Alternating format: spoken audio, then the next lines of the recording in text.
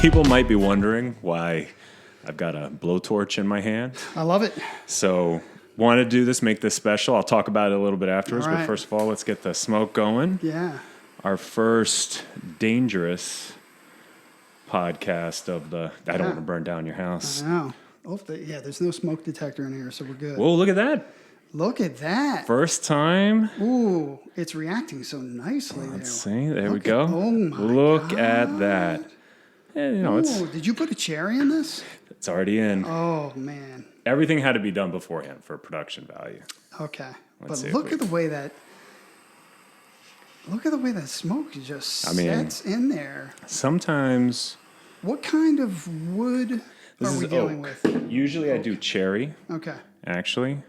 Usually I do cherry, but I had run out of cherry. And Okay. I just got back home to D.C. We'll talk about that a little bit. All right. But I wanted to have what I Oh, had. my. Ooh, So this is... go ahead, take yours. All right. Take your coaster back. Let's get this started. Yeah, Cheers Oh, to another gosh. one. Oh, man.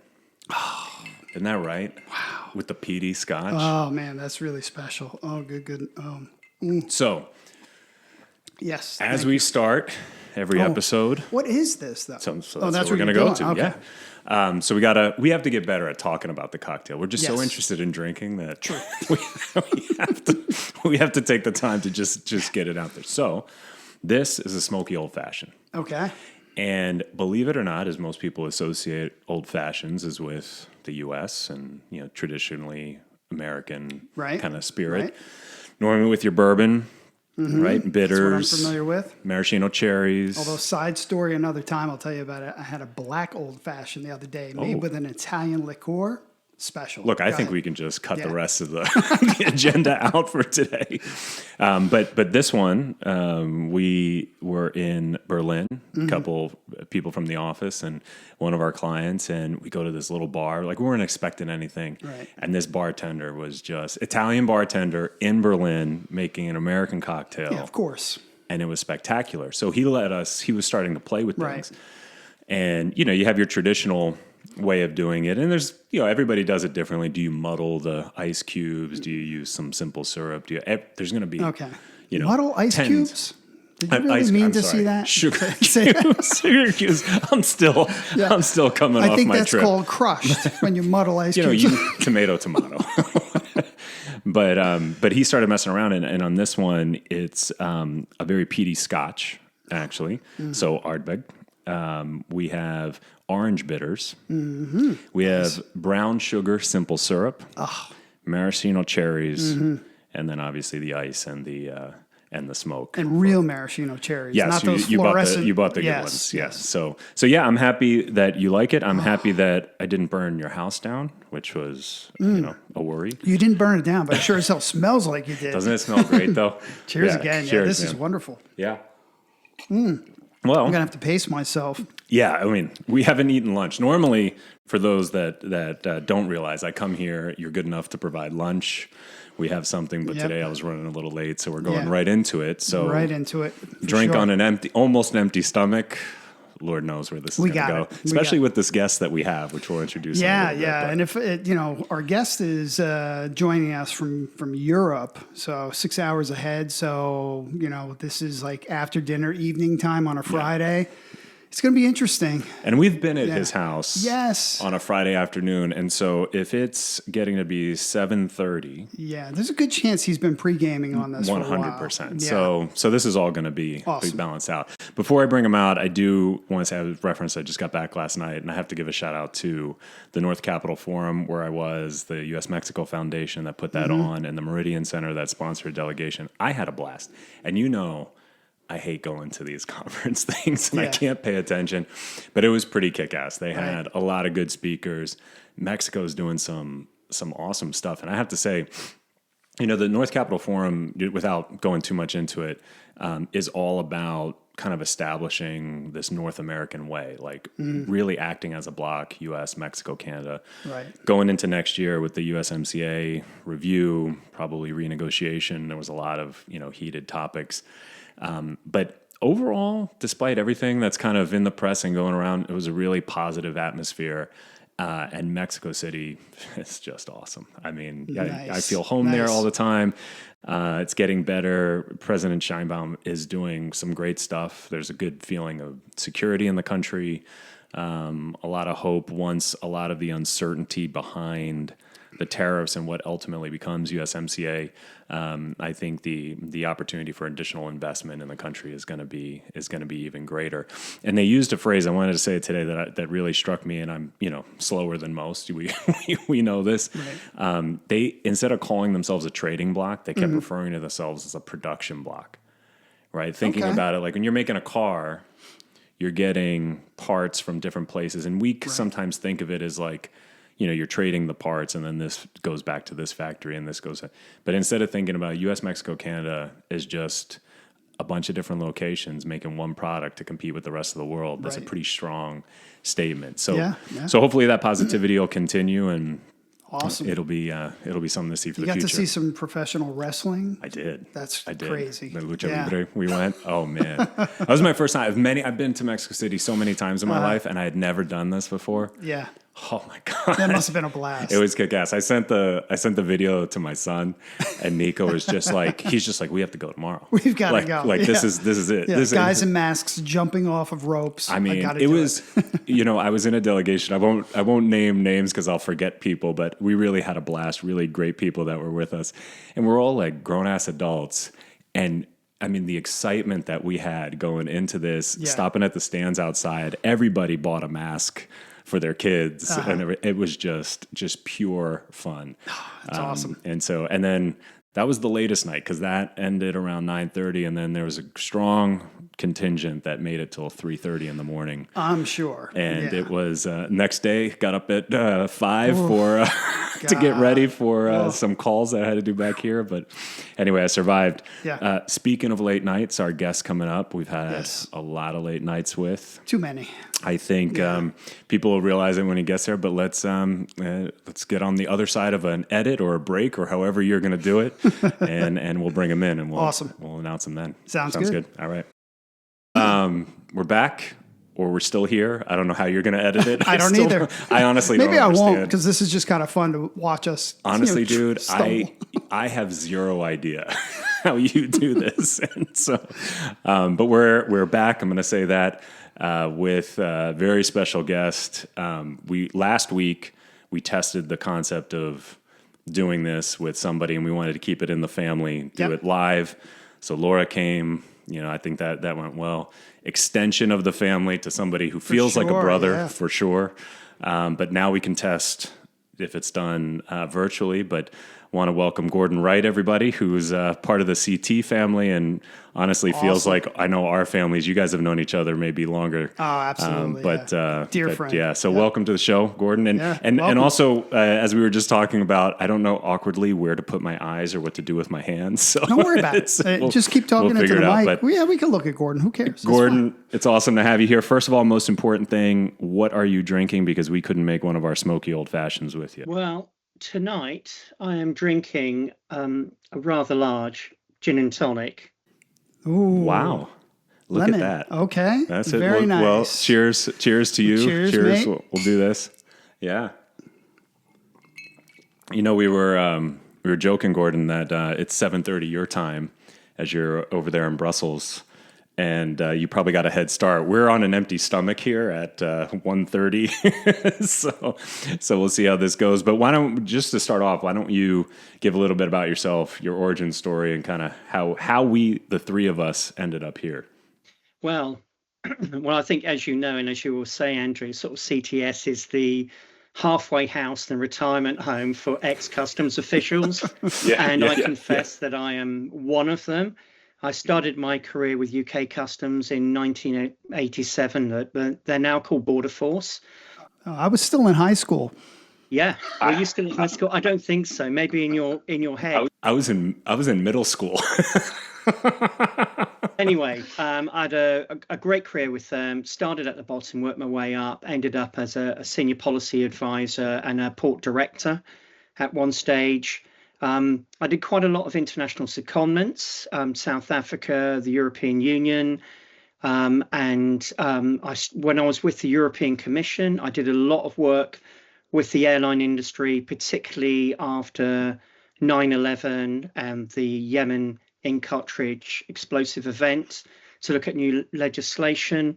But I also, when I was with the commission, I think that's when we first met, our paths crossed, because for I don't know if it was a punishment or a reward, I was responsible for EU-US customs relationships around sort of the security programs and so on.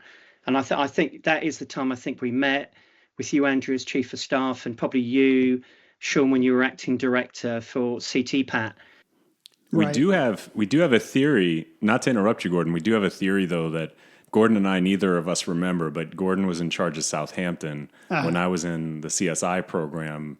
And I wasn't the country manager, but I was traveling to. There is a highly likely possibility that we. Well, that's what happened to Gordon and I won't turn it into a whole story, but we realized years later that we had met in person. Yeah. And we didn't know it. Like, we put it together. It was hilarious. Right. But anyway, sorry to interrupt. Continue. I think that says a lot about the three of us then, really, doesn't it? Yes. It was meant to be. After those sort of that work at the European Commission, IATA, the International Airline Transport Association, asked me to help implement a lot of the new regulations. And UK Customs allowed me to go on a secondment to IATA, and I remained with them for 10 years. And during that time, I retired from UK Customs. Of course, COVID hit at around that time, and I know we're going to talk about some of the impact topics from that tonight. Well, this afternoon in your area of the world. And when I was with IATA, I decided at one stage that the time was right then to maybe look at new challenges and so on. So I took an early retirement from IATA and went to DHL and worked with them for 4 years to implement Brexit, which was not easy. The easy stuff Gordon gets to work on. Yeah. I mean, I'm glutton for punishment. I don't know what it is. You are. Yeah, wow. But to cut a long story short, there was also a lot happening within the European Union there. There was the customs reform being spoken about. There was the de minimis threshold, topics that we'll be speaking about as well today. And I did that for 4 years before I decided it's time to sort of break out and work with my friends at CTS. Yeah, and we're glad you did. One piece of the story that you and I share, Gordon, is the pleasure, pain, curse, and blessing that is being Shawn Beddoes' boss. So Shawn got to work for you when he was at IATA, now here. I also do appreciate, I don't know if we've said on the podcast so far that CT Strategies is the halfway house for customs officials around the world. We're very proud of that. I mean, you get out of the agency, you get a clean shower, a warm bed, and, we teach you how to live in the world as best as we possibly can. But, to the point about difficult times and challenges, I mean, we don't get into it too much in the time we have, but I mean, there's no hiding it that the world is a crazy place. Yes, sir. In pick your topic, right? Yeah. Is the world is a crazy place. Because we can't just focus on cocktails on this show as much as we want. We have to go to the other side for customs. And one of the biggest things, and one of the reasons, aside from just hanging out with you, Gordon, that we wanted to talk about today was the U.S. decision to eliminate de minimis back at the end of August. Right. We're a couple months or a full month, maybe a month and a half into that, and really want to get your sense of how it's going. If there's been any noticeable difference, is it kind of like one of those things that gets a big, to do when it gets announced and then, nothing follows, but how do you see it? And you really can take this any way you want, kind of put quarter in the machine and see where it goes. But what are you seeing? How is the industry reacting? And, maybe another piece is it going to stay that way, and are there other changes coming? So with that, I'll just turn it over to you, Gordon. Just let you cook for a little bit. Okay. Well, thanks for that, and thanks for reminding me that I had my Shawn on my team for a while. It's PTSD.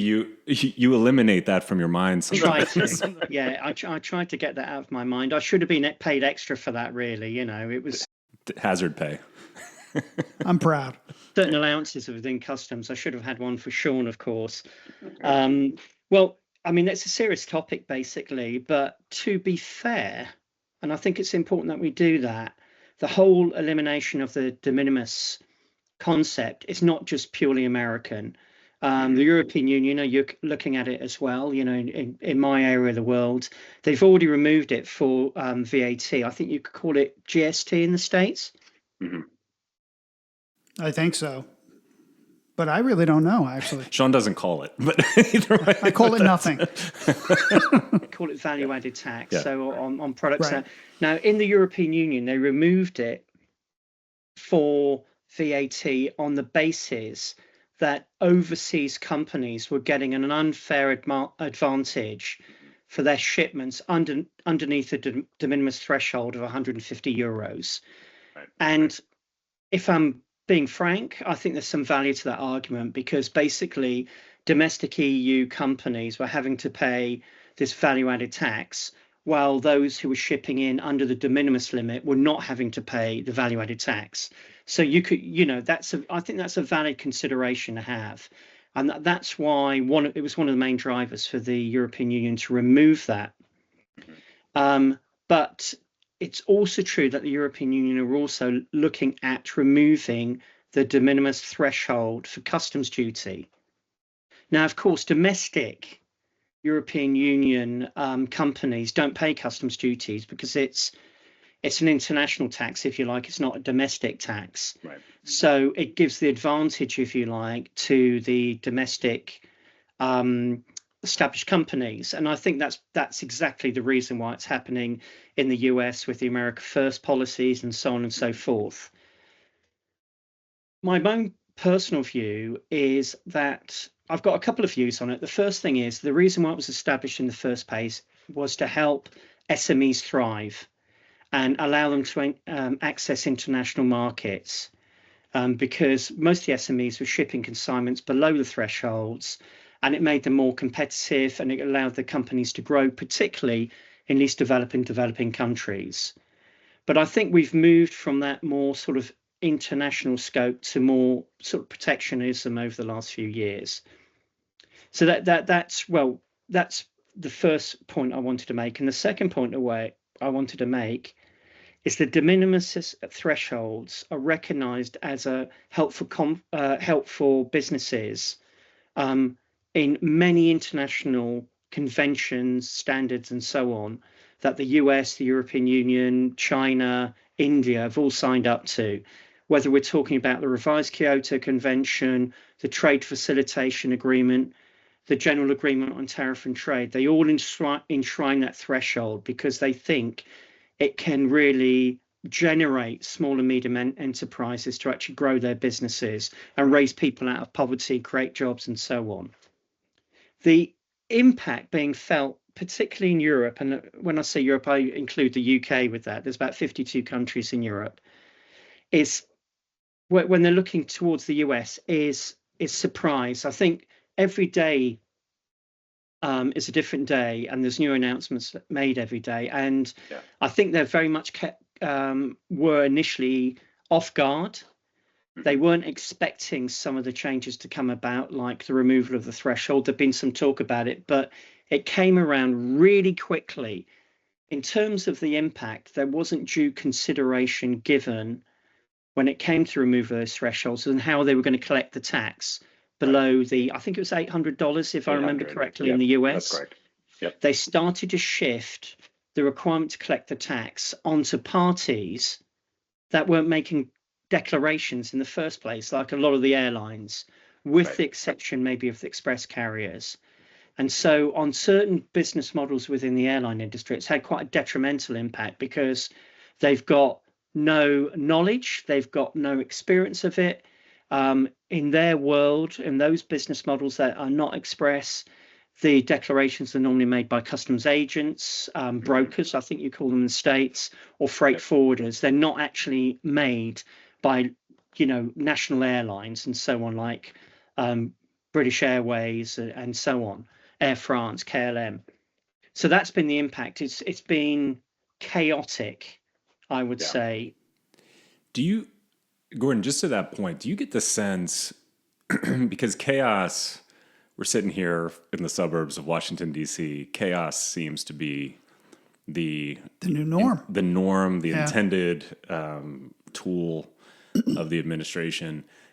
This one, in that sense, it's causing chaos, but as opposed to some of the other things we're seeing in the administration, at least here in the U.S., there's other things that kind of get thrown out there and then they come back down, and then maybe they get implemented and then they get pulled back. And this one seems to be here to stay. Yeah. This one seems like that this is going to be it. So I think, to your point, I think what at least I'm seeing, I think what we're seeing is a true reaction to this, right? Because it's not like the other ones where they call it the taco trade. The taco trade, yeah.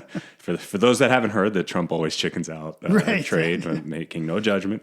And this one seems to be a little bit different, and the preparation for that now within the industry, but also on the government side, has to be institutional as opposed to kind of like weathering a storm. Yeah, I think that's true. I think with some of the other policies, there was a bit of a rethinking, thinking they couldn't do it. But with this, I think I've got the feeling and the impression that it's going to be forced through. I know that they've given some extra time for airlines and other businesses to get up to speed with it. But I think there'll be big problems with compliance. Yeah. And then what do you do? Right. If you look at the airline industry, because that's really where I've got most of my knowledge, for 95% of the time, they're not the declarants. They don't make the customs declarations. So suddenly you have to sort of start collecting all this extra customs duty and GST and so on. They really got no knowledge. So there's going to be a lot of mistakes. And what is the government going to do? Are they just going to start leveraging fines and penalties? Yeah, and to that point, it's a different era, right? Because you referenced the Yemen ink cartridge incident that spurred the ACAS and the Plashi programs. That kind of it's kind of inverted, right? Because it was a voluntary program to start, and there was a lot of like trial and error. It was a come together. Let's figure out how to do this. We're getting these additional data elements, and I mean, in the U.S., it took 10 years to go from incident to deployment of voluntary information to ultimately getting a regulation. Here we're inverting that, right? We're putting a new reg in place. It's the law of the land. It's going to happen, and we're going to have to see how it comes out. Because, and this is another thing, not to just dwell on the negative and the challenges, but one of the potential positives is additional data. Right, and additional data allows for additional risk management, a little additional ability to know what you're looking at. But if it's not done right, and if it's not asked for correctly, it's just going to be frustration. It's going to be waste of time. It's going to be wheel spinning and other things like that. Do you see? Let's pretend we live in a world that industry, does this the right way along with government, and they can figure it out. Do you see it ultimately settling down after this kind of period of unknown? And do you ultimately see a benefit that could be in that advanced information risk management type application? Do you see something good that can come out of this? I think it depends on the area of the world that you're living in and you're trading with. In the European Union, they've got this tradition of introducing new regulations that sometimes are almost impossible to meet. And then at the last minute, they give a transitional period. They say, okay, we'll give you some more time. And they go for the topic, the phrase that we use quite often, informed compliance. So you do your best and you learn as you go. It's a bit like machine learning, but for companies. So you start firing your data, you start working on it. You get told if your data is not up to scratch, but equally you can give feedback to government authorities, customs and so on, that their portal's not working or it's not accepting the data. So you learn as you go. That's the best model. But before that, the even better model is that you develop all these standards and requirements together. And there's some good examples of that. And ACAS is one of them. Because when ACAS was developed, I know that the Department of Homeland Security, Customs, they got the industry in, they worked on it together, and they did the same thing within the European Union.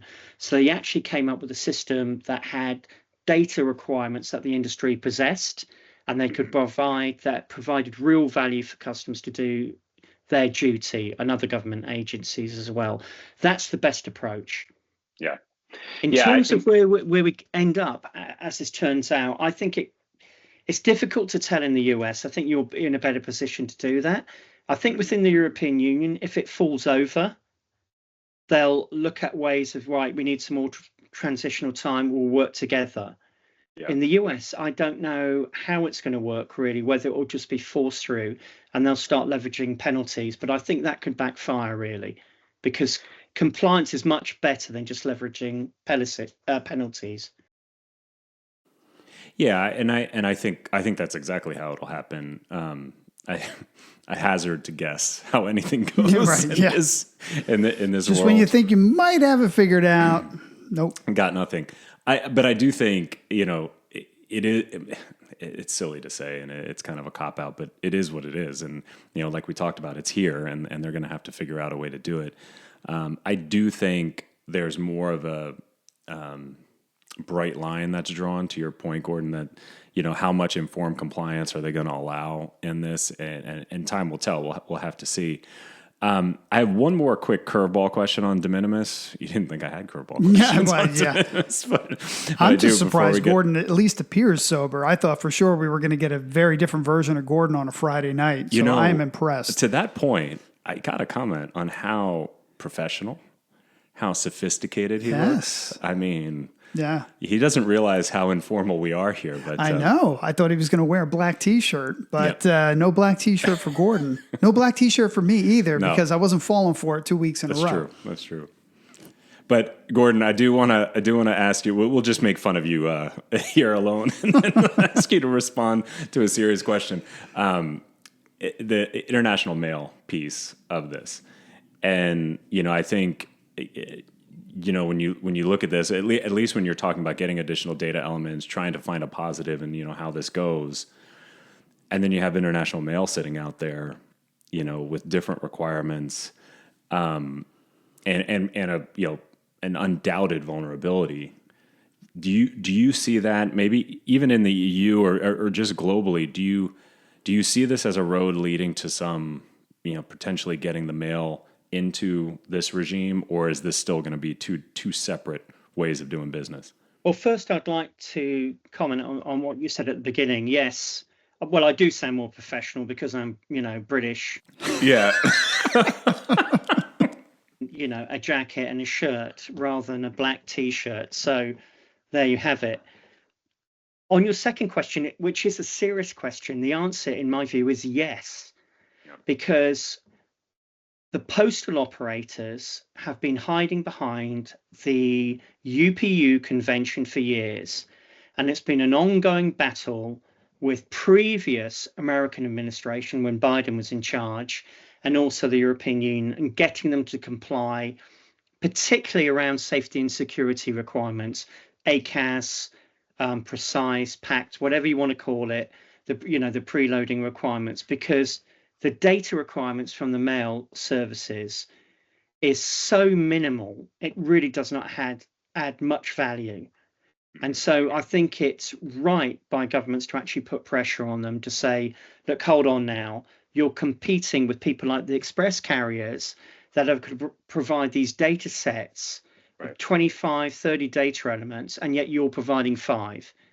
Right. That's clearly not consistent, and there's clear evidence as well that people that are moving illicit goods, they start off maybe with an express carrier, FedEx, UPS, DHL, and then move into the postal supply chain because they have to give less data and so on. Probably think they can get through more clearly. Yeah, I mean, it's good to hear because when you think about it, bad guys aren't stupid either. So if the purpose is getting more information for, that risk mitigation or identification of, inspection or just even, revenue collection, right?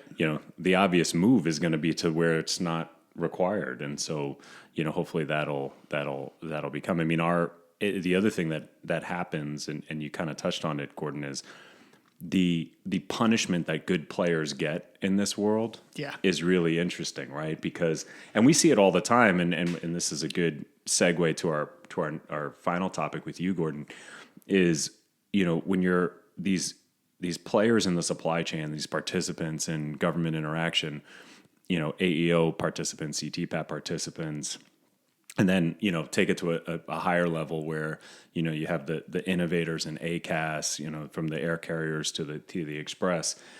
These guys are doing the right thing as a starting point, right? They're trying to help, they're trying to do what they need to do. And then they're the easy point to just levy more requirements and levy more industrial regulation. The curse of competency. The curse of competency. And also they're the quickest, phone call you can make when you want to do something, when you want to do something different. Got them on speed dial. And so we start looking at, what is going to be required of a trusted partner, right? Whether if it's in data collection or additional actions to be taken within your supply chain. And that gets us to something very specific to the EU, the new Trust and Check program. And, Gordon, you and I have been talking about this with the team in the EU for a very long time, as we see it coming. And it's quite onerous, right? I mean, it's something new, and again, I'm going to kind of let you cook on your own opinions of it. But I think, just to start it off, one of the things that we've seen in recent memory, when you made me go to Prague and do my best Gordon Wright impersonation, I had to talk about this. Just do a lot of push-ups. But just exactly right, just to make the equal right. the equal equivalent. But one thing that was clear there, and it went to exactly a point you made before, just in general, about these bold regulations and then kind of walking back the compliance. We saw it here, right, with Trust and Check, where it's, here's the new AEO, everybody's going to have to get up to this new program.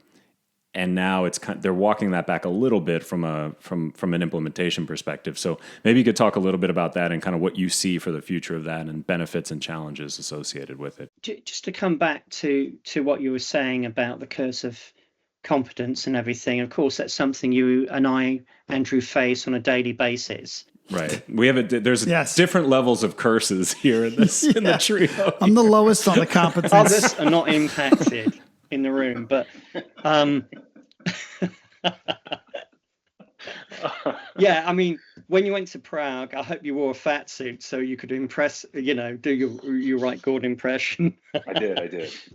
Yeah, but no, Trust and Check, it's an important topic. It's part of the EU customs reform. There's a major customs reform taking place in the European Union at the moment. It's the biggest changes since 1968, so it's fundamental. There's lots of different aspects with it, really, but one of the major changes that will take place will be the creation of a EU customs agency. So, customs officers that are EU customs officers. It won't replace the member states' customs services, but they will have some unique powers. Trust and Check is really the platinum AEO foreseen program. So it's a fundamental part of the EU customs reform. And the concept behind it is that Trust and Check traders is focused on the most compliant companies that exist within the European Union that are conducting international trade, customs procedures, and so on. And frankly, that means the big boys, of course. There's very few SMEs that will probably qualify to get in. In terms of the requirements around that, if the AEO program in the European Union's got three fundamental parts to it. You're either approved for AEO simplification, for security, or both.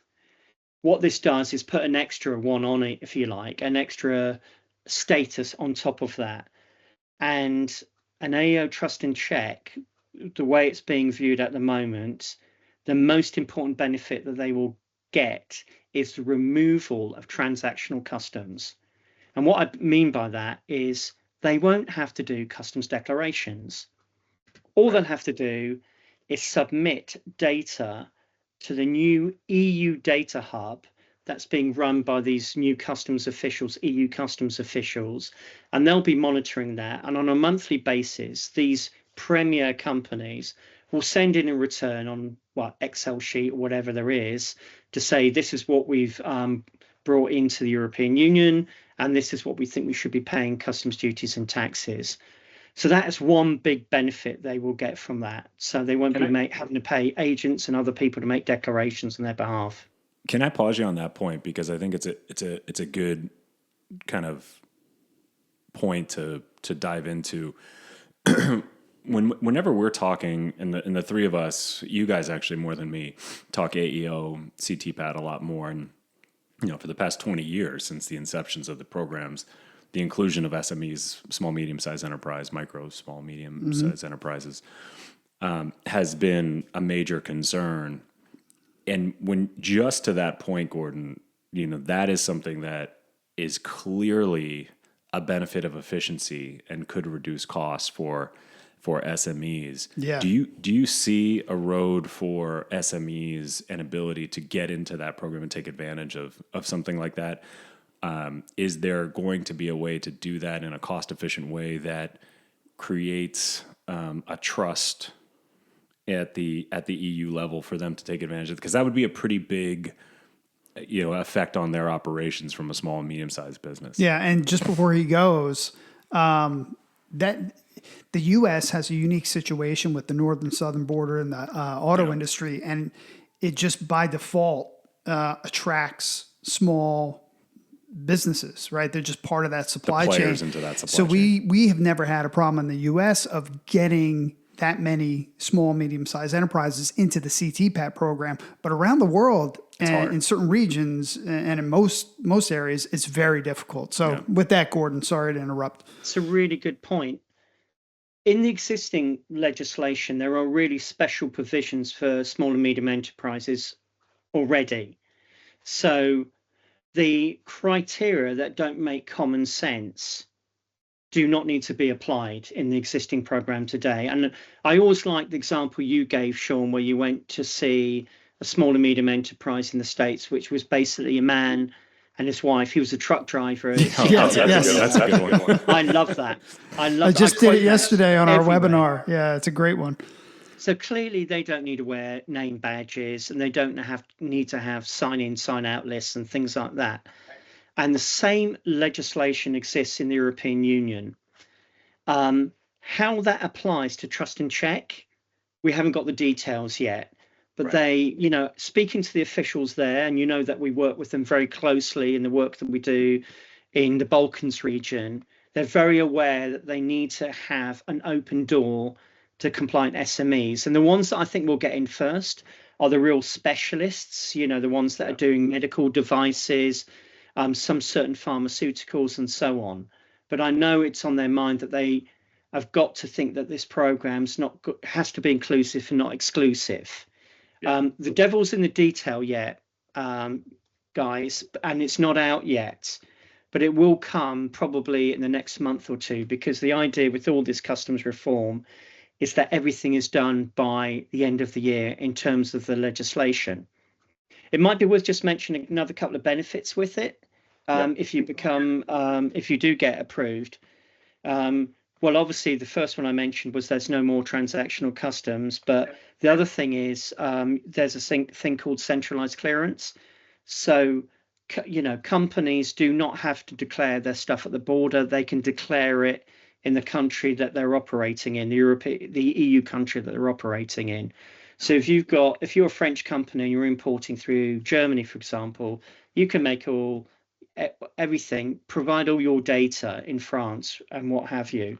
No problem with that. And you can also have certain things like a movement of goods from the border without inspection, just on a time limit basis. So if you're not notified that you're going to be inspected, you just go. Mm-hmm. So it will make the border less visible, if you like. Yeah. Right. Yeah. That's all good stuff. No, we'll see. I mean, to the point, and just we could talk about this for a while, and we know where Gordon lives, so we'll do this. Yeah.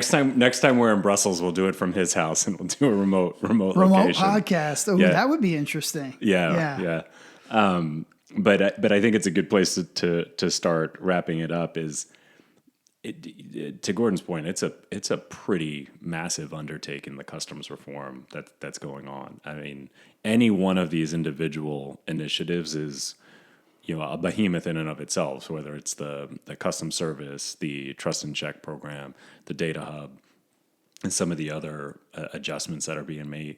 And it's coming down. I mean, it's happening, right? I mean, Gordon, we have been in how many meetings, how many conferences in and around the EU where, it's top of mind. And so we're seeing it. And so, glad we have you over in Brussels as our executive director of operations over there that can help us out. But no, really appreciate the time. And Gordon, thank you for giving part of your Friday to us. We'll have to do this again, maybe in the early morning hour, so we can get Gordon a more reasonable time frame. Well, what I love about this is we're wrapping up because the subject matter is, we've talked through it. Really, Andrew's drink ran out about 90 seconds ago, and that's when he said, "I think it's time to wrap up." And not only that, no, I'll tell you the real reason I'm wrapping up is because I want so badly to eat those cherries. Oh yeah, and there's no way to do that professionally with this microphone. But one thing, and we'll prepare this for the next time because we didn't ask you to do this, Gordon. We have started a tradition where we have a story that makes fun of Shawn. And you got to pick the right one. And just to end for everybody that was waiting, because last week we had Laura do one on me, and I think this. Yeah, we took a break from me, which is fine. But for everybody that remembers, Shawn has a really hard time with English as his first language, and brass tacks that was in there. The one I'd like to talk about today comes from your daughter and your wife. Yes, that's right. Another source of my library of this. I forgot which one you were doing until you said that. Gordon, I don't know how much this is a unique American term, but there is somebody who leads a band called a drum major. I don't know if you're familiar with a marching band. The marching band, and someone who's at the front with the baton that is leading the band. Yes. And so Shawn, I'm going to get the characters maybe wrong somewhat, but Shawn and his wife and his daughter were at a statewide competition for track and field where his daughter Kaya is a champion and continues to participate. But a few years ago, as she was preparing to go to college, you had gone out with one of the coaches from her high school or local or something that happened to be there. Right. It was her high school coach came to the state championship to be there for her, which was wonderful. And so we took him out to lunch. Right. As, gratitude. As one does. Yep. And so you're making small talk. And the guy happens to say that when he was in college, he was a drum major. And your response, like any educated adult, was, "Oh, I didn't know you could major in drumming." Now, that's not even the best part. No, my favorite part of the story is the guy, being a nice human being, just kind of lets that go and answers it politely. But your daughter stops the lunch and goes, "Yes, hold on." That's exactly what she did. She hold on, everybody. In a way that even other tables, people were like, "Oh, what's going on?" I guess we have to listen to this moment. Yeah. So I mean, at this point, for you to think it was a major in drumming, and I still had no idea. I mean, honestly, I just thought I'm part of this conversation. Honestly, all the universities you attended in your career. I did attend a lot. Were you looking through the catalog, being like history major? Pre-law? No, drumming. Yeah, I'm like, oh, too bad I don't drum. That would be cool to be a drumming major, right? Yeah. So I thought I'd bring that for you, Gordon, as a speaker of the Queen's English. Or the King's English, I should say now. But, so I have a question for Gordon before we get him off, because I know he's got a lot of different interests outside of work. But I'm just curious, because not too many people have this in their bank of information. What is which Barbra Streisand album is your favorite Barbra Streisand album? Question. Yeah, that's a great question. We should ask everybody. You don't have to go album. You can say song. Okay. I think that's fair. Question. And the answer is, I love the song "Guilty" that she did with Barry Gibb. Oh my gosh. Oh yeah. Well, you know what? You deserve. That was a phenomenal answer. It was. You were trying to bust his chops, and he had one. And you're right, because my immediate response is, "Oh yeah, that is a great song." Awesome. That is awesome. Well, Gordon,